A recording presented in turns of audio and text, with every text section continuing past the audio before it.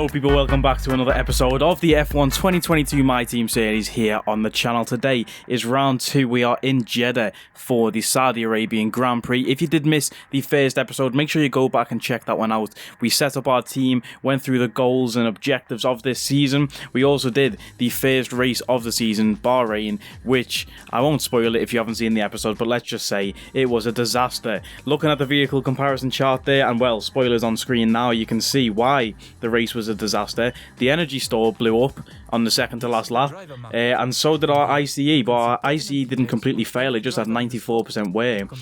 We're going through on the screen right now the icons. A lot of people ask me for the new icons in the game, and there are indeed new icons, everyone from last year, plus the addition of Jacques Villeneuve, as well as, you will see on the screen now, Nico Hülkenberg, as well as Mark Webber, who doesn't have bad stats for a number 2 driver. Yeah, so there's the new icons on screen. All the icons from last year are still in the game, apart from Nico Rosberg, our old teammate, so I don't know why he's gone.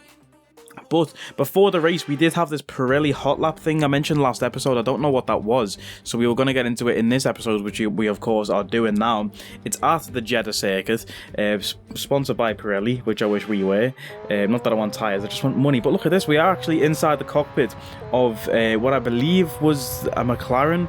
Now, I mentioned in the first episode, you can actually buy supercars and put them in your house and stuff. Yeah, like EA own the game now, you know they're going to put some crazy stuff in there. And yeah, so we had this little mission thing, I guess, driving a McLaren round the hairpin at the Jeddah Street Circuit. It was like a time trap, is that what they call them? They do them on Forza a lot. I actually felt like I was playing Forza. Speed trap, that's it, not time trap. What the hell is a time trap? That sounds like a Doctor Who episode. So yeah, you can now see I changed the camera angle. We are in a McLaren. It felt very weird driving a car that wasn't an F1 car on this game. When I turned into the corner, the car just started screeching and just slid away. So I was literally, and again here, we got on the throttle and it started spinning. I didn't know what the traction was like with these cars. I had no clue what I was doing. And as you can see, once we cross the line, now the gold medal is 100 miles an hour, and we end up getting 94. So it's a little bit away from the gold medal, not that far off. We get 3 goals at this, so let's see if we can try and hit. We didn't even hit bronze in any of the first 2 goals, never mind gold. So let's try and see if we can do it again. It's literally just one corner, so I was like, how hard can it be? Breaking at the 100-meter board, down to 3rd gear. But as soon as I turned into the corner, you can see there, I kissed the apex because there was just no traction. And for this 3rd one, I was like, you know what, I don't even care, let me just ride the wall, pause, like it's a GTA playlist wall riding, and then just cross the line to get rid of this. We actually went quicker the time that we just slammed into the wall, so if that's anything to go off. Yeah, so we failed that. We actually have another one at the end of the episode before the next race, which I might just skip, to be honest, because I like and appreciate the developers adding new things into the game, but I mean, I didn't really have fun playing it. We didn't even get anything from it because we didn't get any of the medals. But let's get into the qualifying session. Now, on those little loading screens, it used to say quali or the race or whatever, or practice, but now it doesn't say anything. So sometimes I'll end up getting confused whether we're in quali or the race, but I can confirm we are in qualifying right now and getting into qualifying here. If you do remember last race in Bahrain, our setup, we just used the preset maximum downforce setup, but for this one we're going with increased downforce because I thought, you know what, we really struggled last time out in Bahrain with straight line speed, and we maybe that was the car, but I thought maybe, you know what, it might be the setup, so let's go with increased downforce, try and keep some speed through these windy corners here in this street circuit, because at the end of the day it is a street circuit. But let's take a bit of the downforce off to try and get some more speed on the straights. We take a late apex in the final corner to get a good run down into turn 1. There's now a giant sausage curb in this game on turn 1. You used to be able to completely ride that curb and cut that corner, but now there's a giant orange curb. You do not want to touch that, trust me, and it's just about staying as close to the walls as you can without touching them. Of course, that is not what you want to see. Maybe somebody will in the race, maybe somebody won't, who knows, you'll have to wait and find out. While we do wait for the race, make sure you hit that subscribe button and hit the like button if you are new to the channel. I mean, hit the like button even if you're not new to the channel, it costs nothing and it takes literally 3 seconds. Lewis Hamilton holding up our lap a bit there, but as we come through this hairpin that we struggled in the McLaren car, we actually go, I can't even see the delta right now because of the screen, but we're actually up in the delta. I just saw it go green as we came through that hairpin. Yeah, so we obviously had a good exit out of there, which is just, I mean, there's obviously, it goes a bit left and right, it's a bit windy, but it's basically a straight.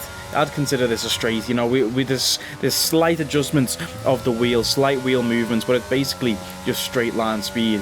So maybe we should have even gone with a lesser, is that a word? Lesser downforce setup? I think it is.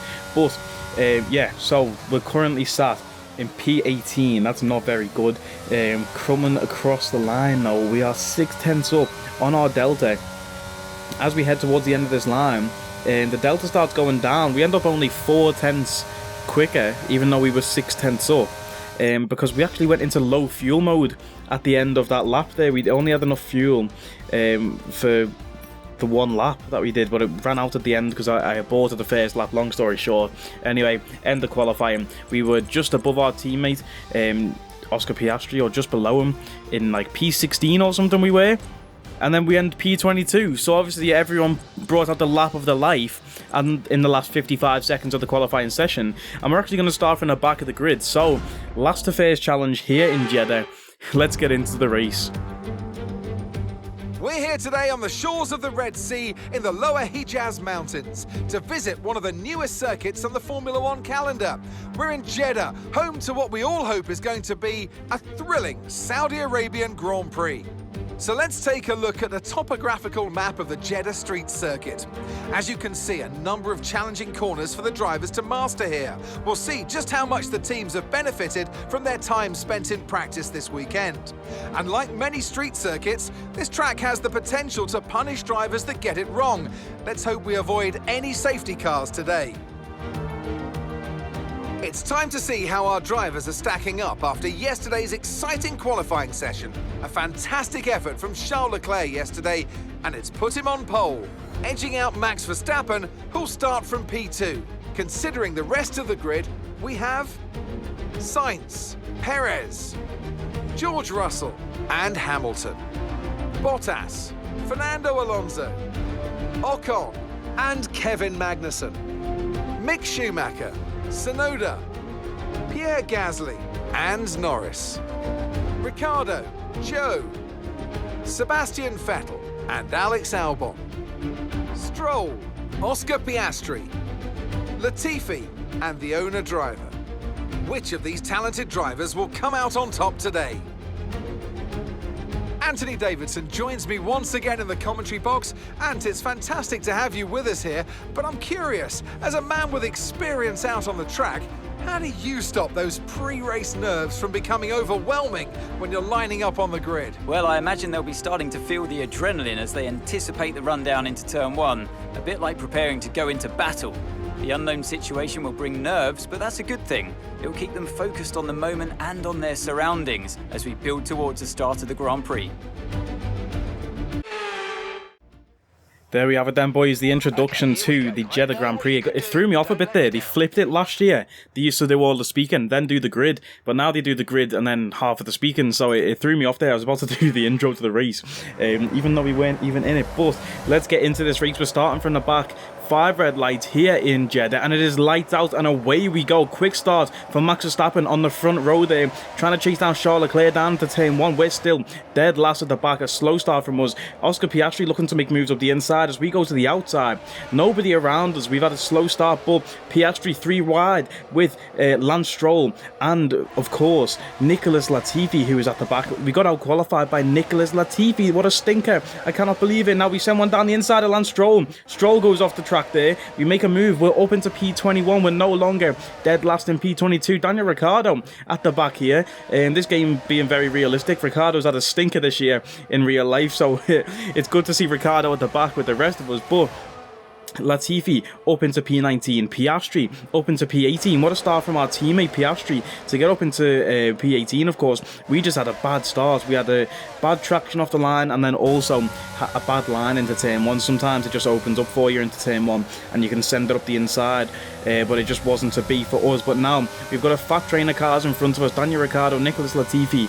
I'm guessing the McLaren is going to be faster than that Williams on race pace, so maybe Ricciardo will start battling Latifi soon to make that overtake, and then we can catch up to Latifi, who is of course a stinker. I'm going to keep saying through this career mode, because I've got a feeling we're going to be fighting against this guy a lot. Now, fighting against Nicholas Latifi is not something anyone wants to do in Formula 1, because there is always the chance of a collision. I mean, he doesn't really collide with anyone, Latifi. That's unfair to say. The only person he collides with is the wall. So, getting back to our race, Lance Stroll chasing us down. We struggled for straight line speed in Bahrain. It's looking like the same here. Look how fast Daniel Ricciardo is in this straight line compared to us. And also, Lance Stroll getting our slipstream, pulling out of it near the end of the straight. He's not quick enough to overtake, but that gap to Ricciardo just absolutely flew open. Alex Albon into the pits for soft tyres on lap 1. He must have taken some damage trying to get past someone. I didn't actually see what happened to Alex, but he's into the pits for soft tyres with only 2 laps gone, or 1 whole lap gone in this race.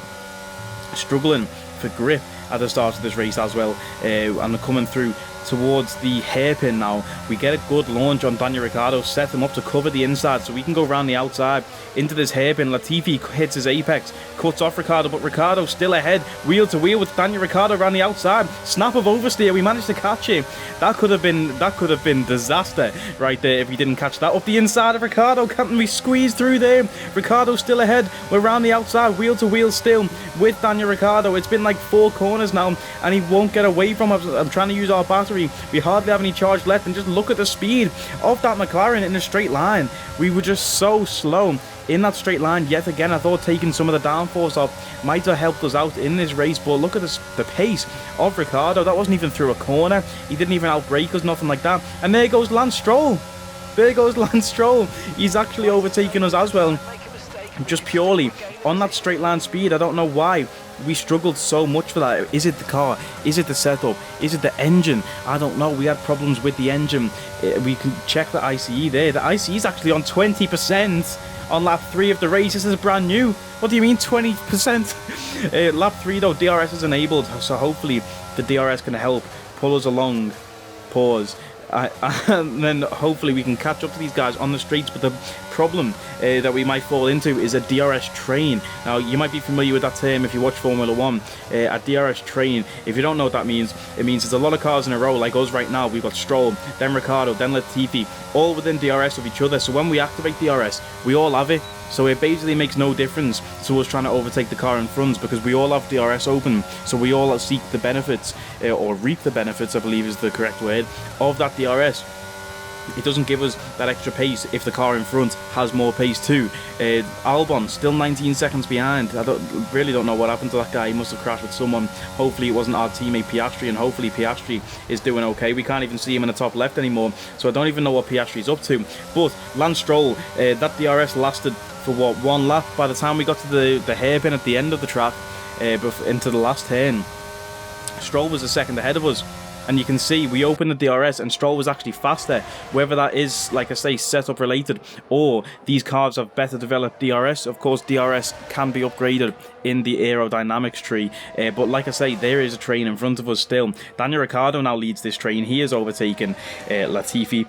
And of course, Lance Stroll, but he was already in front of Stroll. But you can see Latifi now holding up Lance Stroll, and I told you this guy stinks. We'll have a little look up the inside, too far away. These two going too wide though, going too wide through all of these corners. They're going to slow down. It's going to give us time to catch up. Even if we lack that straight line speed through the corners, we're going to be able to catch them.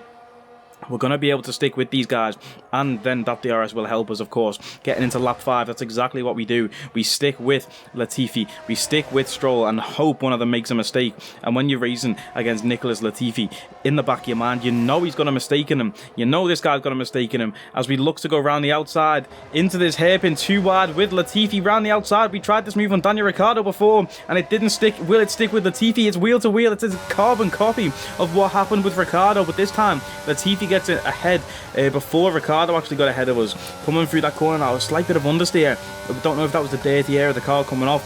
The dirty air is definitely a lot less noticeable this year compared to last year's game, with of course the new regulations, the new car designs. I'm very happy about that. It was quite hard to follow in previous seasons on this game with the old cars, and there's a lot of rain outside, so if you can hear that on the microphone, I apologise for the noise. But yeah, you can see again the straight line speed. Latifi 6/10 ahead of us. By the time we get to the end of the straight and into the braking zone, he's gained another 10th just purely in straight line speed, which I don't understand. We picked the Mercedes engine. It was the second best engine we could have picked. 90 performance, 90 reliability. Williams also have a Mercedes engine. Lance Stroll also has a Mercedes engine. Well, Lance Stroll, I don't know what sort of engine Lance Stroll runs off. Be careful with the front wing. You've taken some minor damage. Tyre condition still looking. Yeah, Aston Martin with the Mercedes engine, not Lance Stroll, who races for Aston Martin. There's more team radio. I feel like Ted Kravitz getting shut up by team radio, and I don't actually know what they said because I've got the volume off and I couldn't read the subtitles from where I'm sat. But I believe he said Lance Stroll has a problem, maybe, or they said that we have some front wing damage and Lance Stroll has a problem. I believe that is what got said. There we go, Stroll, Latifi, like I told you, when they go too wide through the corners, they're going to be very slow. Allow us to catch up. I was struggling with the front wing, that's why I had to check the vehicle condition. Struggling with that front wing. I'm already thinking, should I come in for an early pit stop and change the wing? I've really got nothing to lose here. As we try and go up the inside of Stroll, and there's contact with Lance Stroll, and our front wing, which was already had minor damage, has now got major damage. As I don't know what I was thinking. That is so impatient and poor racecraft from me to think I could even make a move through that gap there. But I just thought if I stick myself in there, he's going to get out the way. But I guess not. So we limp back to the pits. And as we get into the pits, we get a little tutorial thing. But I skip it. And the safety car comes out. And it says there was a lot of debris on the track. Whether that was from my front wing, I don't know. But I checked all the replays in every other car. Nobody crashed or anything. Nobody had contact. So I don't know why there was a safety car. And look at that, 9.7 seconds, even though I hit the optimal turn-in point, which said it was going to be 7.7. But our guy gets on the radio and says, oh yeah, we had a bit of problem taking the front wing off. How can you give me a predicted time for when the pit stop's going to be? 7.7 seconds. And then the pit stop is 9.7. What is this, Ferrari? Come on now. We do not have Ferrari's pit team. At least I hope we don't. Because, yeah, it's going to be a long season if we do. But getting back to it, prepared to resume racing, no overtaking. Safety car comes in, everyone on fresh tyres. That's the unfortunate part about the safety car. It didn't even work in our favour. We were coming in anyway, and Alex Albon is still on soft tyres, so he's going to blitz us down into turn 1 as we outbrake ourselves completely, nearly flying to the side of Lance Stroll. I don't know how Stroll didn't hit us there. I literally just completely missed the braking point and went straight on. I don't know how Stroll didn't turn in, whether that's good awareness from him. And again, we nearly go into the back of Guan Yu Zhou. We did a lot of warming up the tyres behind the safety car, more than the AI do. The AI just drive straight, so how are their tyres warmed up and ready to go? Do you know what I mean? I never see the AI cars weaving behind the safety car. So I thought, obviously, we could have a decent run down into turn 1 there with hotter tyres than everyone else. But Lance Stroll, the man who wants to battle us, the man who wants to take off our front wing, retires from the race anyway. Nice one for that, Lance, mate. Ruin our race just to retire anyway.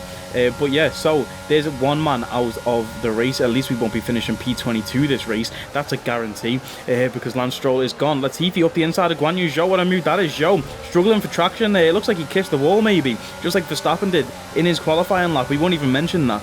The PTSD for Red Bull fans. Heading down to turn 1. We're absolutely blitzing Guan Yu Zhou, and then he just suddenly out of nowhere gains some more speed, gains some more pace. Don't know if the garage turned up his engine mode, but yeah, that's what I'm talking about. Like, I feel like we blitz people and then they just get another gear. It happened with Latifi and Bahrain.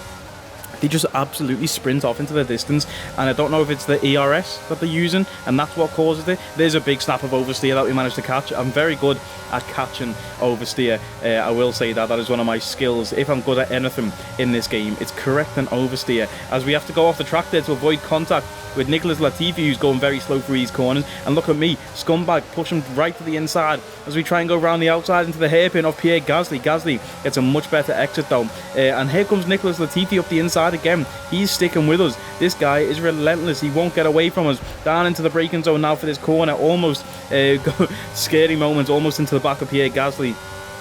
I hate that before, like when you see the car's braking before you hit your braking point, and you just think, I'm going to go straight into this guy. Okay, we're monitoring some wear on the internal combustion engine. Be aware that we're going to start to see a loss of power. You have to be kidding me. You have to be joking. We've got some wear on the ICE. Where have we heard that one before? Bahrain last week, 58% wear on the ICE. This is a brand new component that we put into the car. Now we're going to have a loss of power, even though we didn't have the straight line speed to begin with. Just like in Bahrain, we're going to have an even bigger loss of power. But Guan Yu Zhou and Pierre Gasly battling each other through this corner here. Can we shoot on up the inside of Zhou into this next braking zone? Yes, we can. We don't give up. It doesn't matter about a reduction in power because the ICE is warm. We don't care about that. We fight till the very last lap up into P18. And now we're chasing down Pierre Gasly. And man, I did not think we were going to be racing this early in the season. The AlphaTauris have struggled in real life, especially this season, I find, compared to previous years. Getting a little nice replay there of that overtake on Zhou Guanyu. Latifi, we've somehow managed to leave behind us, even though that guy was absolutely relentless on our necks all race. Latifi is down in P20, and hopefully we don't have to see that guy again for the rest of the race. He's 2.7 behind, even though we had a reduction in power. I don't know how he managed to pull that gap, but we just got into a little rhythm through that middle section. After the safety car restarts, we got into a little rhythm, set some good quick laps. But speaking of quick, Zhou Guanyu absolutely flying ahead. That DRS and battery, like obviously our battery drains so quick. I pretty much use all 100% of it on the first lap and then spend all race trying to harvest it back. That's something I definitely need to work on in races going forward, not blitzing all of our battery in the first lap and keeping some to defend and to attack later on. Speaking of defending and attacking later on, we're getting attacked by our own engine. 78% wear on the ICE.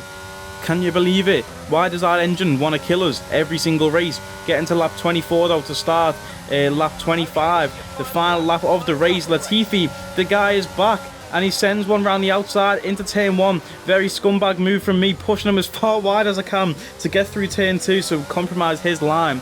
That's good driving, compromising another driver's line. Yeah, we don't care if we push them off the track, and you might call it dirty.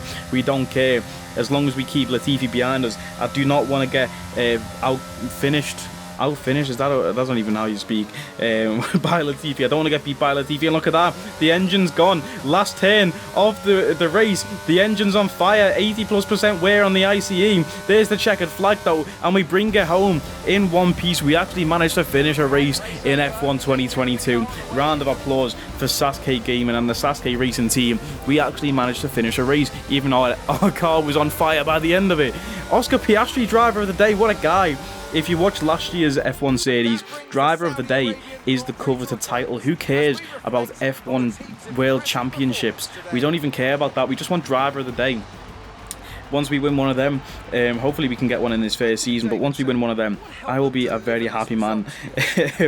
Yeah, so Oscar Piastri, this guy is not looking like a Dan Ticktum of F1 2022. Like I say, if you watched me My Team series last year, you'll know about that absolute cubed Dan Ticktum and what he did to us. That guy absolutely stunk. It's looking like spending that extra bit of money to get the more expensive teammate in Oscar Piastri actually paid off.